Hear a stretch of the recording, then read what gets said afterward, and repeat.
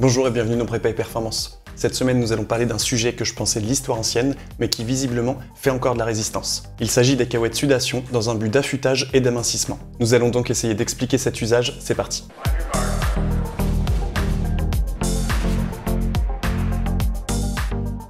Depuis des années et majoritairement dans les sports à catégorie de poids, on peut constater l'usage de cette technique pour maigrir à l'approche d'une compétition. Alors comment fonctionne cette méthode? En vulgarisant la physiologie de l'effort, on peut considérer que notre organisme, quand il s'active, a pour but de maintenir une température centrale la plus basse possible. Pourquoi? Tout simplement parce que notre corps n'aime pas trop les variations. Il va chercher à être le plus stable possible pour limiter ses dépenses. En clair, nous sommes naturellement assez feignants. Cependant, lors d'une activité physique, notre température augmente. Tout d'abord, une chaleur métabolique liée à l'activation musculaire. Mais il existe également des phénomènes de conduction, de convection et de radiation que nous mettrons de côté ici. Ce qu'il faut comprendre, c'est que notre corps monte en température. D'autre part, les conditions météorologiques peuvent bien évidemment influer sur notre organisme. Tout d'abord en cas de forte température, sujet que nous avons déjà traité et que vous pourrez retrouver juste ici. Mais aussi en cas de fort taux d'humidité, comme nous avions pu le voir durant les Jeux de Rio et qui est déjà redouté pour les Jeux de Tokyo. Bref, notre corps va avoir besoin de réagir pour diminuer la température centrale et ne pas surchauffer. Pour ce faire, évidemment, il va suer.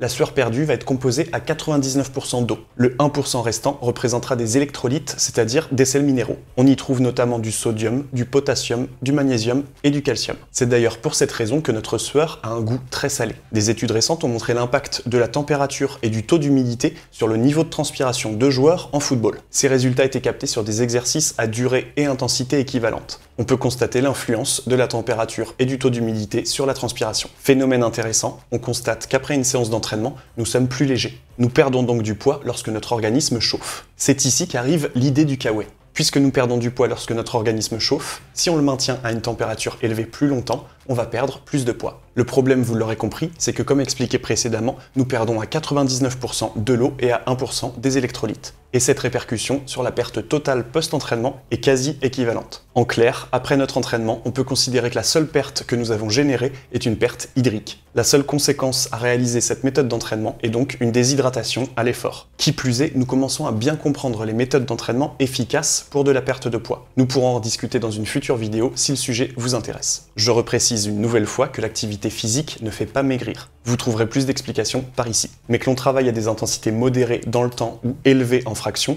le but est de réussir à maintenir un effort dans le temps. Si je n'aide pas mon organisme à se réguler, je vais surchauffer à court terme et me déshydrater. Mon effort sera donc écourté dans le temps et peu efficace. C'est d'ailleurs pour ces raisons que des entreprises travaillent actuellement sur des tissus réfrigérants, le but étant d'augmenter encore la performance de nos athlètes. Pour les compétiteurs, il me semble essentiel alors de mieux comprendre l'impact de la déshydratation sur la performance. Ça pourra peut-être éclairer les personnes qui hésitent encore à utiliser ces méthodes. Tout d'abord, il faut savoir que nous évaluons le niveau de déshydratation en pourcentage. Nous y reviendrons bientôt pour vos propres calculs. Une déshydratation de 2% va augmenter le temps de réaction, diminuer la lucidité et la mémoire à court terme. Des facteurs essentiels pour une performance athlétique. Qui plus est, elle va générer des douleurs musculo-tendineuses et augmenter de façon importante les risques de claquage, de crampes et de courbatures. Au-delà de 4%, on considère une déshydratation aiguë. Elle se caractérise par une incapacité à thermoréguler et un risque de défaillance. Encore une fois, on peut se souvenir de Johan Diniz durant l'Olympiade de 2016. Ces images qui ont fait le tour du monde et son hospitalisation prolongée à la suite de la course ne donnent pas du tout envie d'atteindre de tels niveaux de déshydratation.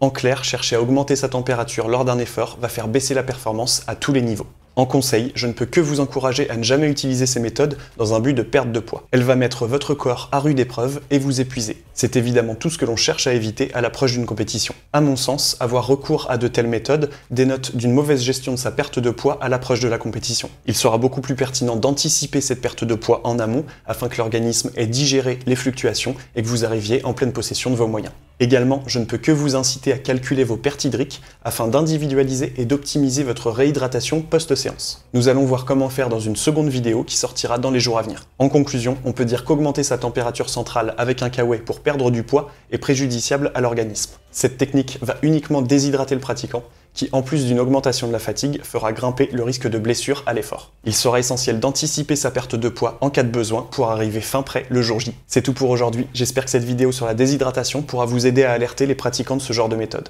Nous verrons dans la prochaine vidéo comment s'assurer d'une bonne réhydratation post-séance. Si vous avez apprécié ce contenu, comme d'habitude, n'hésitez pas à liker et à partager. On se retrouve très bientôt pour du contenu d'entraînement et d'ici là, entraînez-vous bien. Salut!